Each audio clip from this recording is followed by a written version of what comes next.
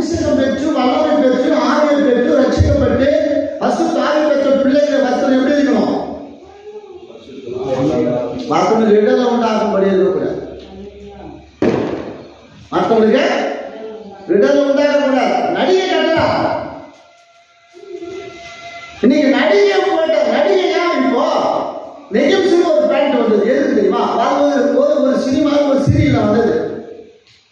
ஏன் நெஜம் சிறு சொன்னா வந்து என்னதுன்னா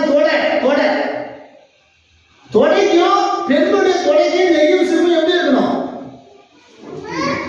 டிஃபரெண்டா இருக்கக்கூடாது. பெண்களுக்கு அப்போ அது ஒரு என்ன செய்யறாங்கன்னா அது ஒரு அந்த சினிமாக்குள்ள அந்த சீரியல்ல அதை ரிலீஸ் பண்றாங்க.